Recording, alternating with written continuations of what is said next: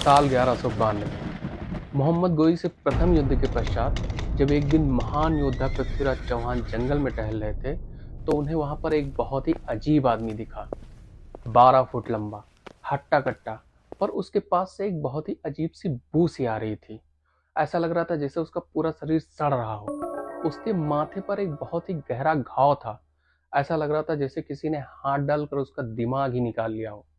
12वीं शताब्दी में लिखी गई पुस्तक पृथ्वीराज रासो के अनुसार पृथ्वीराज चौहान एक बहुत ही ज्ञानी चिकित्सक थे। उन्होंने उस आदमी से कहा कि वो उनका घाव ठीक कर सकते हैं, पर 1 हफ्ते इलाज करने के बाद भी जब वो घाव भर नहीं रहा था तो उत्सुक होकर पृथ्वीराज चौहान ने उस आदमी से पूछा कि कहीं आप अश्वत्थामा तो नहीं। उस आदमी ने बहुत ही धीमी आवाज में हामी भरी और वहां से चला गया।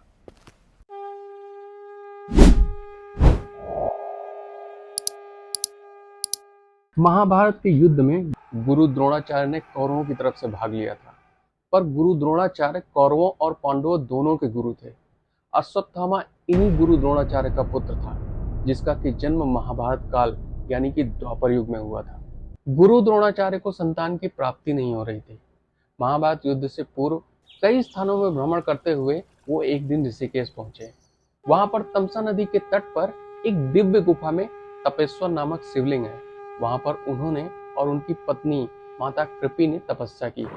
उनकी तपस्या से प्रसन्न होकर भगवान शिव ने उन्हें पुत्र प्राप्ति का वरदान दिया, जिसके कुछ समय पश्चात उनके घर एक तेजस्वी बालक का जन्म हुआ। क्योंकि जन्म के बाद वो बालक घोड़े की तरह हिनहिना रहा था, इसलिए गुरु द्रोणाचार्य ने अपने पुत्र का नाम अश्वत्थामा रखा।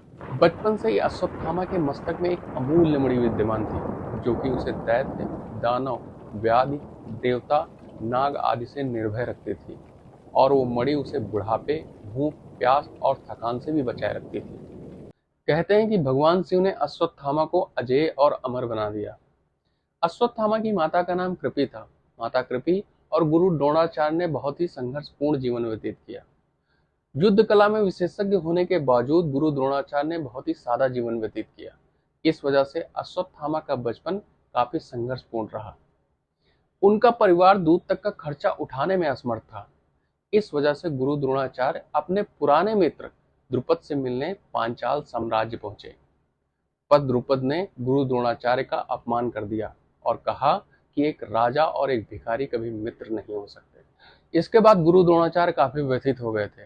तब उन पर नजर पड़ी भीष्म पितामह की, जो कि एक अच्छे गुरु की तलाश में थे, जो कि कौरवों और पांडवों दोनों को शिक्षा दे सके। उन्होंने गुरु द्रोणाचार्य को हस्तिनापुर बुला लिया और गुरु द्रोणाचार्य कौरवों और पांडवों दोनों के गुरु बन चुके थे। गुरु द्रोणाचार्य कौरवों और पांडवों को शस्त्र और शास्त्र की शिक्षा दे ही रहे थे और साथ में अपने पुत्र अश्वत्थामा को भी पढ़ा रहे थे, और गुरु का इस पर ध्यान रहता था कि पुत्र को ज्यादा से ज्यादा सीखने को मिले। गुरु द्रोणाचार्य में पुत्र मोह बहुत ही ज्यादा था। कहते हैं इसी दौरान दुर्योधन और अश्वत्थामा काफी अच्छे मित्र हो चुके थे। पुत्र मोह में गुरु द्रोणाचार्य भेदभाव करते थे अश्वत्थामा, कौरवों और पांडवों के बीच।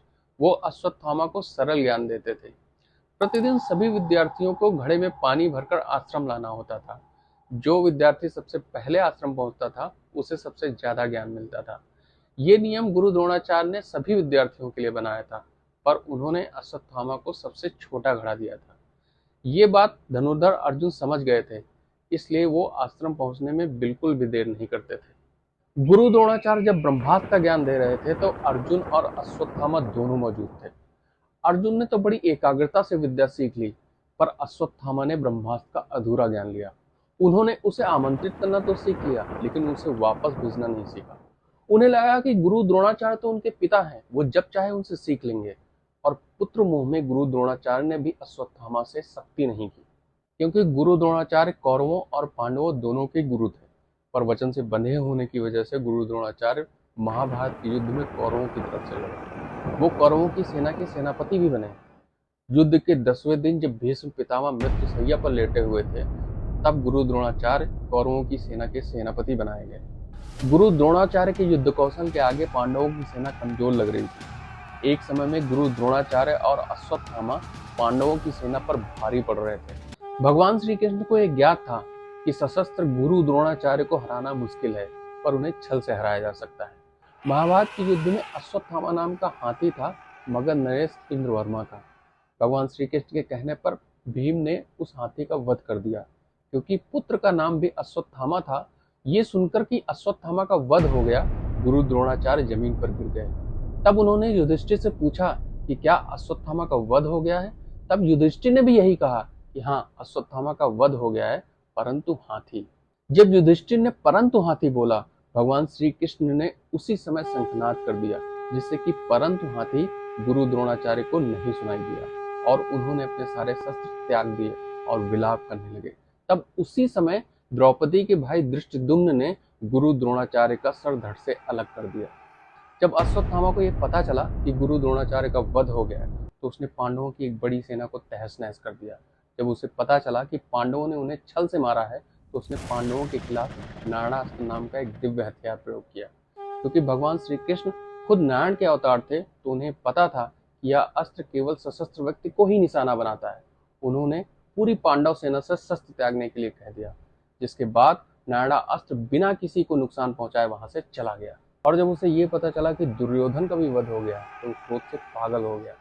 पांडवों को मारने के लिए पांडवों के कक्ष पहुंच गया, जहां पर कि द्रौपदी के 5 सोते हुए पुत्रों को पांडव समझकर उसने उनका वध कर दिया।